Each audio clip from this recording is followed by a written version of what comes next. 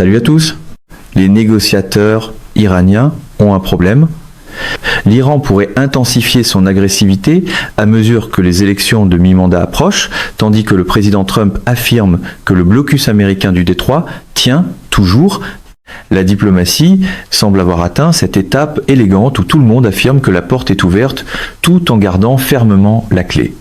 En l'absence de percée diplomatique, les tensions restent élevées partout au Moyen-Orient. D'importantes questions subsistent concernant le détroit d'Ormuz et la possibilité de conclure un accord pour ouvrir cette voie navigable essentielle.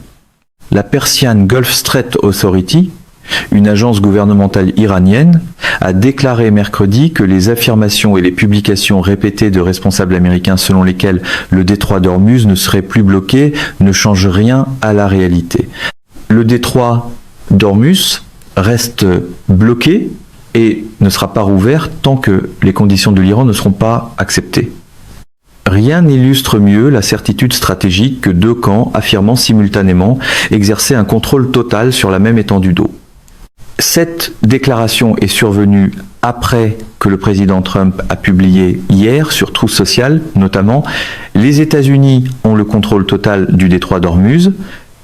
Notre blocus naval est qualifié par tout le monde de mur d'acier et l'Iran ne peut absolument rien y faire. » Malgré cela, moins de 10% du nombre moyen de navires observés avant la guerre traverse le détroit, alors que certains analystes mettent en garde contre une possible escalade avant qu'une solution soit trouvée.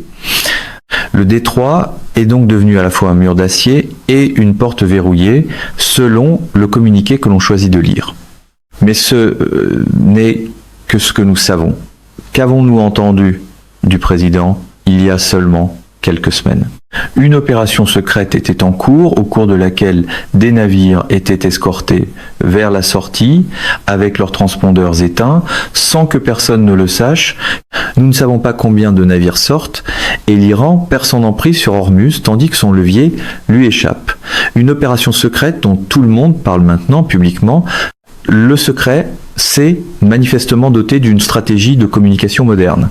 Au moment même où je dis cela, il y a 1 heure, le Haut Commandement militaire conjoint iranien a déclaré « Aucun navire ne peut traverser le détroit sans l'autorisation de l'Iran ».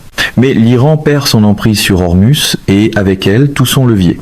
Une autorisation paraît merveilleusement absolue jusqu'au moment où les navires commencent à se comporter comme s'ils avaient oublié de la demander. Évidemment, tout le plan de Khamenei consistait à construire des armes nucléaires, n'est-ce pas ? Et à partir de là, il prendrait en otage le détroit d'Ormuz, le Moyen-Orient et le monde entier. Le président et les Israéliens lui ont retiré cette possibilité l'an dernier pendant Midnight Hammer. Il revient alors en disant « D'accord, plan B. Nous allons déclencher une percée dans le domaine des missiles.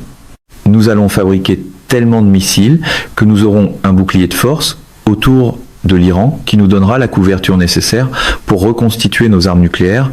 Et nous utiliserons encore une fois les missiles pour prendre le Moyen-Orient en otage. » Le président lui a retiré cette possibilité pendant Epic Fury.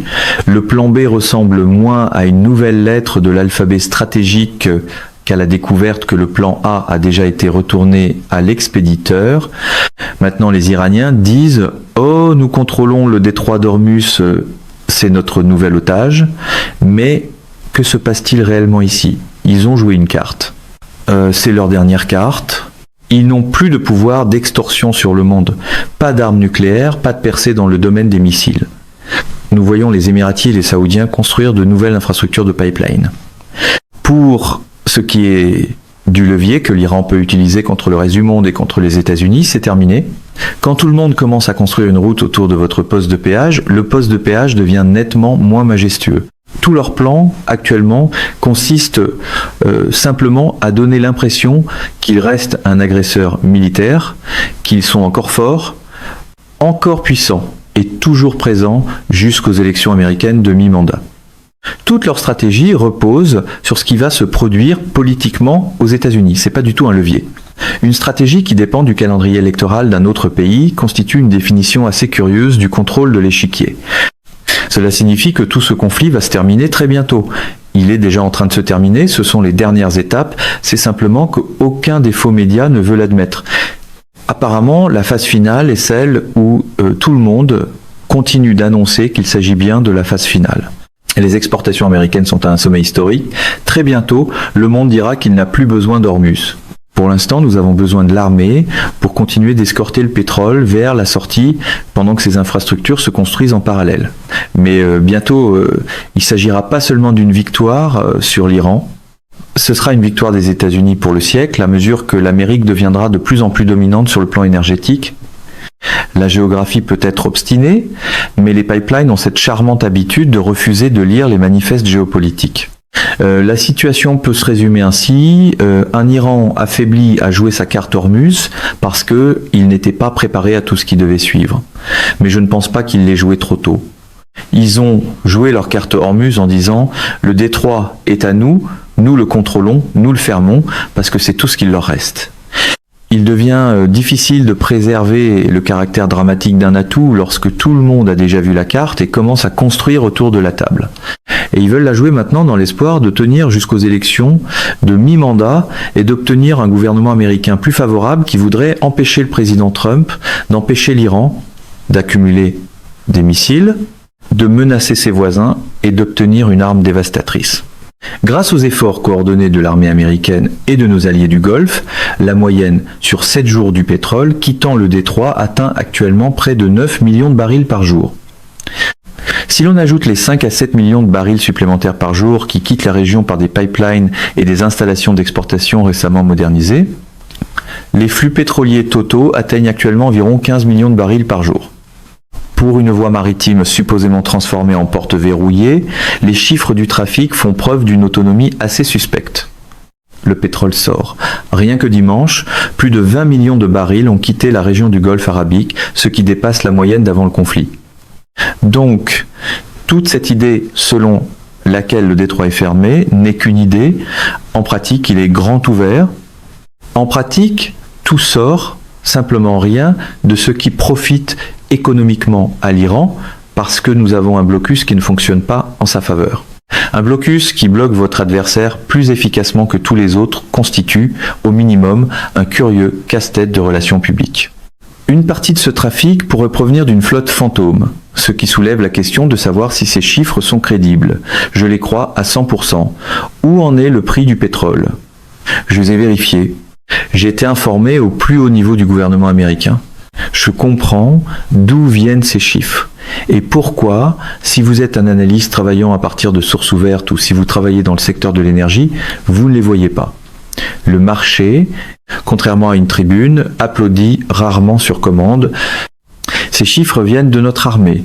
Ils viennent du NAVCENT, le commandement central des forces navales américaines. Ils proviennent du centre opérationnel. Ils mènent une mission d'escorte. Les navires s'inscrivent. Ils communiquent avec eux en disant « Voici ma cargaison, voici ce que je transporte vers la sortie » et l'armée américaine les aide à quitter le détroit. Pourquoi ne le voyez-vous pas? Parce qu'on ne veut pas que les Iraniens le voient.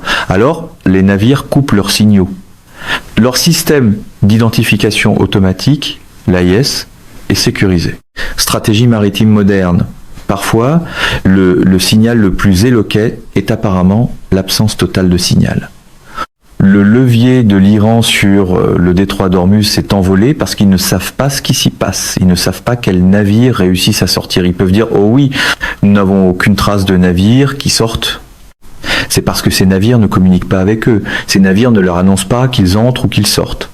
Ils bénéficient de la protection de l'armée américaine et la capacité de l'Iran à détecter ce qui se trouve sur l'eau et à éventuellement l'attaquer d'une manière ou d'une autre leur a été retirée. Ils ne savent donc pas ce qui se passe dans le détroit qu'ils prétendent contrôler. Et c'est de là que vient cette idée selon laquelle ils ont joué leur carte Hormuz et l'ont perdue après l'avoir jouée. Contrôler quelque chose que l'on ne peut pas voir de manière fiable possède une qualité merveilleusement philosophique. La seule chose qu'ils puissent faire serait éventuellement de lancer une sorte d'opération destinée à donner l'impression qu'ils ont gagné, à faire croire que Trump a dit qu'il les avait vaincus, que Trump a dit qu'il avait, vous savez, éliminé toutes leurs capacités. Et eux répondraient « Oh non, nous sommes toujours là. Nous survivons encore. Nous sommes toujours dans la partie. » Lorsque le succès stratégique exige un éclairage théâtral, la frontière entre dissuasion et spectacle devient plutôt mince. Il pourrait tenter quelque chose de ce genre, mais cela ne pourrait être rien d'autre qu'un scénario semblable à la bataille des Ardennes, où une force militaire accomplit quelque chose qui semble impressionnant, mais sans soutien derrière elle et sans aucune capacité de réussir ou d'atteindre un objectif. Donc nous faisons sortir du pétrole par le détroit, auquel s'ajoutent les pipelines et les exportations américaines. Pour l'instant, les choses évoluent dans notre sens. Ce n'est pas terminé, les Iraniens pourraient répondre, ils pourraient intensifier la situation. Mais pour l'instant, cela semble plutôt favorable au président. On peut soutenir, et plusieurs autres l'ont déjà fait, que le détroit finira par devenir sans importance. C'est tout un argument, mais tout le monde cherche à s'en éloigner. Rien ne réduit davantage l'importance d'un point d'étranglement stratégique que de découvrir que des ingénieurs dessinent tranquillement une autre tuyauterie. Combien de temps avant que cela arrive ? 2028. Est-ce dans 1 an, dans 2 ans ou davantage? Mon estimation moyenne serait d'environ 2 ans, mais je serais surpris que nous ne puissions pas y arriver encore plus tôt. Regardez, les Émiratis ont un tout nouveau pipeline. Ils disent qu'il est déjà achevé à 50%. Les Saoudiens sont sur le point d'ajouter encore 1 à 2 millions de barils par jour à la capacité de leur pipeline existant. Ils veulent en construire davantage. Les Irakiens veulent en construire davantage. Ils n'ont pas d'environnementalistes, ils n'ont pas de puissants milieux d'avocats spécialisés en litige. Il n'y a pas d'agence américaine de protection de l'environnement, l'EPA. Ils peuvent avancer assez rapidement dans le Golfe. Apparemment, la géopolitique vient de découvrir son plus vieil adversaire.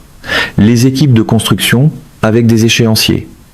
Voici l'autre chose qu'il faut comprendre. D'où venait le pétrole mondial il y a 1 an ? Une grande partie venait du Moyen-Orient. Les États-Unis exportent du pétrole, mais qui n'exportait pratiquement pas de pétrole. Ce serait le Venezuela. Le Venezuela n'était pas un grand acteur du secteur pétrolier, mais il exporte maintenant davantage de pétrole. Plus d'1 million de barils par jour sortent du Venezuela et ce chiffre ne fera qu'augmenter. Tout cela s'est produit au cours des 6 derniers mois. La revitalisation de leur activité d'exportation pétrolière va continuer. Ils possèdent les plus grandes réserves prouvées du monde entier. Donc, cette idée selon laquelle les prix du pétrole sont élevés, qu'ils vont rester élevés et que, nous avons besoin d'une sorte de révolution verte, ne pourrait pas être plus éloigné de la réalité.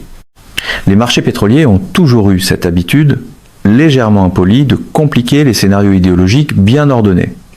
Avec le temps, le prix du pétrole va continuer de baisser parce qu'une plus grande quantité arrivera sur le marché et non une quantité moindre.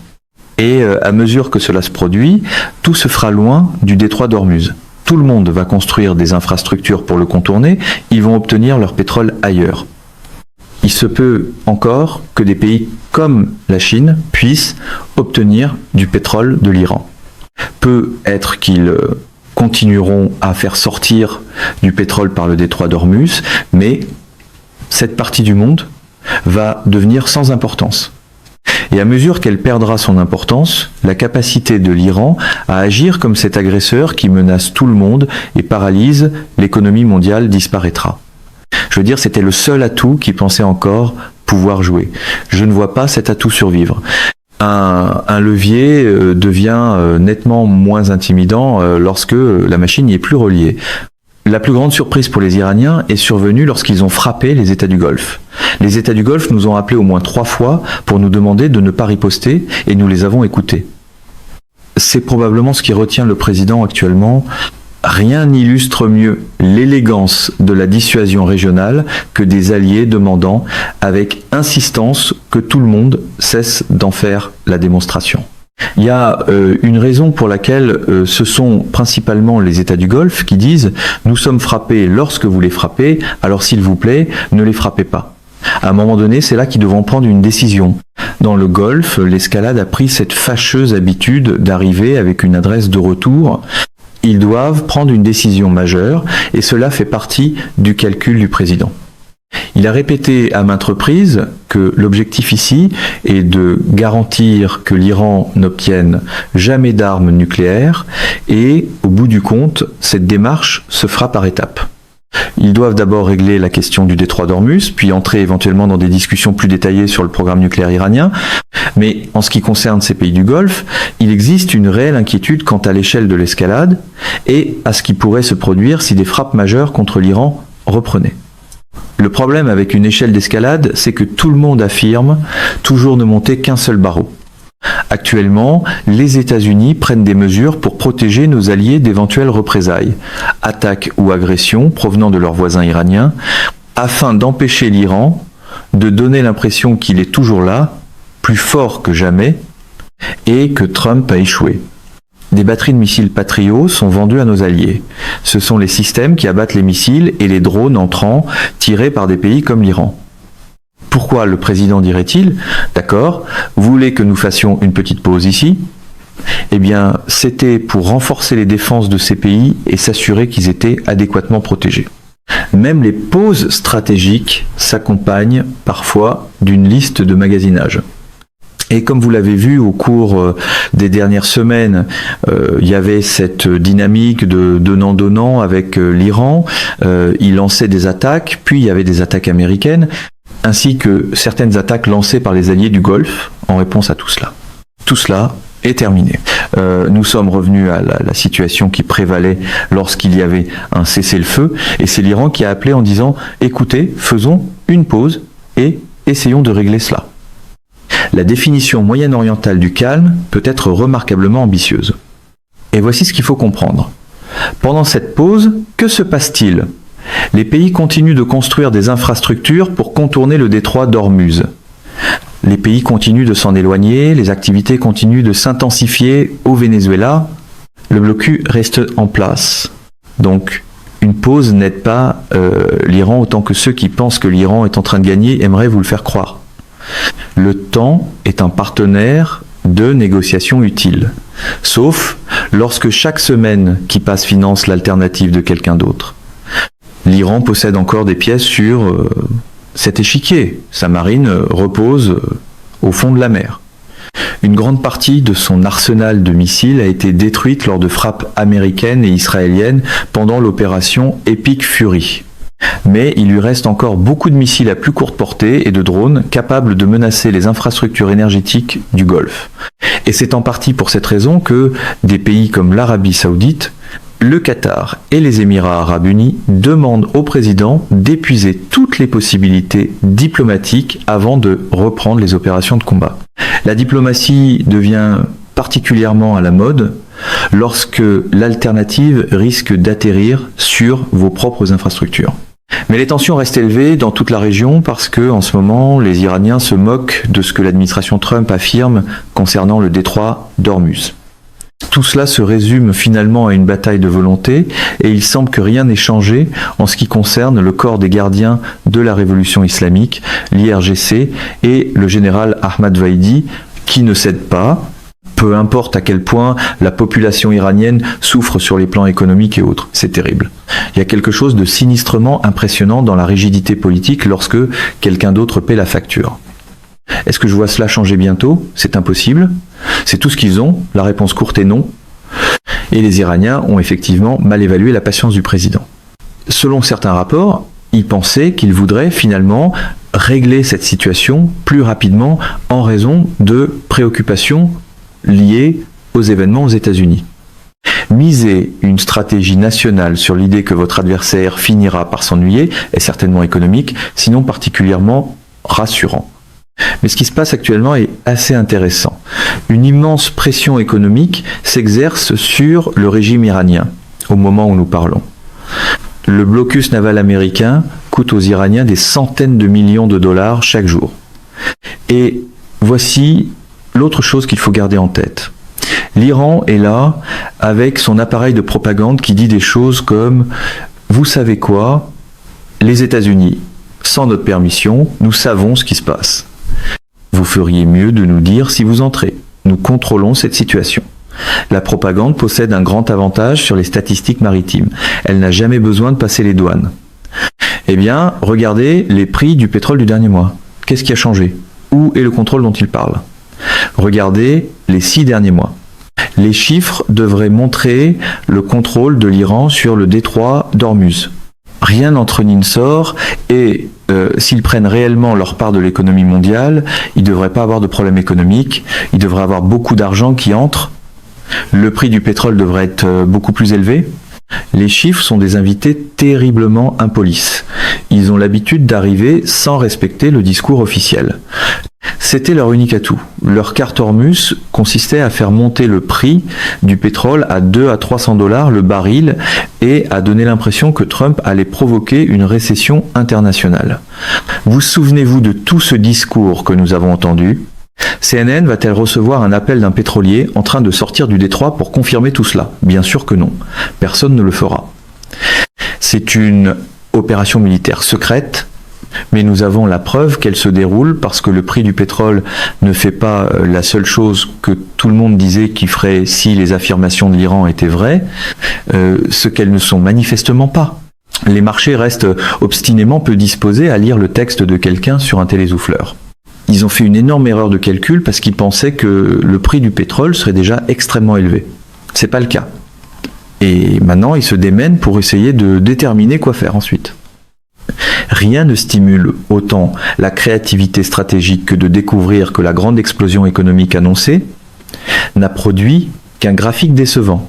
Ils ont dû réduire leur taux d'extraction de pétrole brut, ils réduisent leurs exportations intérieures et l'inflation augmente rapidement à l'intérieur de l'Iran. Et chaque jour, la pression militaire américaine dans la région demeure constante. Il y a toujours plus de 50 000 soldats américains dans la région, ainsi que des porte-avions, des destroyers et des avions ravitailleurs prêts si les opérations militaires devaient reprendre. Mais c'est la pression économique que les Iraniens commencent réellement à ressentir, selon des responsables du renseignement avec lesquels des discussions ont eu lieu dans la région. Et le président a partagé quelques graphiques montrant l'inflation à l'intérieur de l'Iran. Fox News apprend que la situation est encore pire que ce qui est décrit publiquement. Bien sûr que la situation est pire que ce qui est décrit publiquement. Publiquement, leurs médias d'État affirment que tout va bien, leurs médias d'État disent qu'ils contrôlent la situation, leurs médias d'État affirment « Nous contrôlons complètement cette région du monde et rien n'entre ni ne sort ». Les médias officiels peuvent donner à presque toute une apparence de tranquillité, à condition que personne n'ouvre la feuille de calcul. Et pourtant, les voilà qui réduisent leurs propres exportations de pétrole. Pourquoi feraient-ils cela s'ils contrôlaient la situation ? Il existe ici une incohérence logique et vous, en tant que spectateur, devez choisir ce que vous allez croire. Allez-vous croire les paroles de quelqu'un ou allez-vous croire les chiffres qui ne se comportent pas conformément aux paroles prononcées ? C'est très simple, mais il n'y a pas assez de voix qui expliquent la situation de cette manière. Nous devons regarder les chiffres, nous pouvons les entendre dire une chose, mais les preuves n'existent pas. La réalité a cette fâcheuse tendance à exiger des reçus, parce que les Iraniens sont à court d'options pour payer les responsables et les soldats de l'IRGC sur le terrain, et pour maintenir leur population satisfaite, la pression intérieure sur le régime augmente. Et cela fait partie du calcul du président Trump. Il maintient toutes les options sur la table. En géopolitique, une table surchargée est généralement présentée comme de la flexibilité plutôt que comme un manque de choix confortable. Mais si la possibilité d'une escalade militaire iranienne est réelle, le président a été très clair dans les conversations et les entrevues qu'il a accordées au sujet de la situation en Iran. Il est prêt à intensifier la situation afin de la désamorcer et c'est une possibilité très réelle dans les semaines et les mois à venir. Intensifier pour désamorcer. La diplomatie adopte parfois la logique qui consiste à éteindre une chandelle avec un lance-flamme. Alors comment le président empêche-t-il l'Iran de revenir, pour ainsi dire, à la table de la guerre ? Comment l'empêche-t-il de lancer une attaque massive contre les alliés du Golfe ? Le président a dit « Écoutez, si vous faites cela, il y aura une conséquence que vous ne voulez pas subir. » Il y a fait allusion. Dans un cas, il a affirmé qu'il s'agirait de la plus grande attaque depuis la Seconde Guerre mondiale. Difficile de savoir exactement ce que cela signifie. L'ambiguïté stratégique fonctionne particulièrement bien lorsque l'ambiguïté elle-même arrive chaussée de très grosses bottes. Il a également dit précisément que les ponts les centrales électriques et d'autres infrastructures utilisées par ce régime pour faire fonctionner son appareil militaire devraient malheureusement être envisagées comme des cibles si l'Iran veut attaquer ses voisins ou les troupes américaines. Parce qu'en ce moment, ce que nous observons avec l'Iran qui attaque l'économie mondiale, tente de la couper et s'en prend à certains des navires qui circulent dans le détroit d'Ormuz est désormais une question humanitaire. Ce n'est plus un conflit armé au sens conventionnel. Nous assistons à une guerre de siège. L'Iran tente d'assiéger l'économie mondiale. Tenter d'assiéger l'économie mondiale est un projet ambitieux lorsque l'économie mondiale continue de trouver des entrées latérales.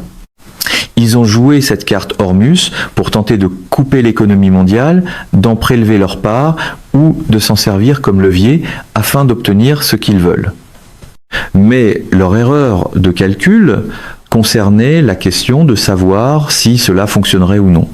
Ils pensaient que, en faisant cela, plus rien ne sortirait du Moyen-Orient. Le plan semble avoir supposé que le commerce mondial confronté à un obstacle cesserait poliment d'improviser. Mais ils n'ont pas réussi à transformer cela en réalité en raison de ce qui s'est produit il y a un an. Nous avons eu Midnight Hammer qui a retiré à ce régime sa capacité nucléaire. Puis il y a eu l'opération Epic Fury qui a détruit sa capacité à lancer ses missiles à longue portée tout en neutralisant complètement son aviation et sa marine. Ainsi, les ressources dont l'Iran avait besoin pour jouer sa carte Hormuz avaient déjà disparu au moment où il l'a jouée. C'est pourquoi cela ne fonctionne pas. Jouer sa dernière carte après avoir perdu la moitié du jeu est certainement spectaculaire. Quant à savoir si c'est efficace, c'est une toute autre question. Mesdames et messieurs, notre émission d'aujourd'hui s'arrête ici. Nous vous invitons à partager votre avis personnel dans la section des commentaires ci-dessous. Plume Pratique vous salue et vous donne rendez-vous très bientôt.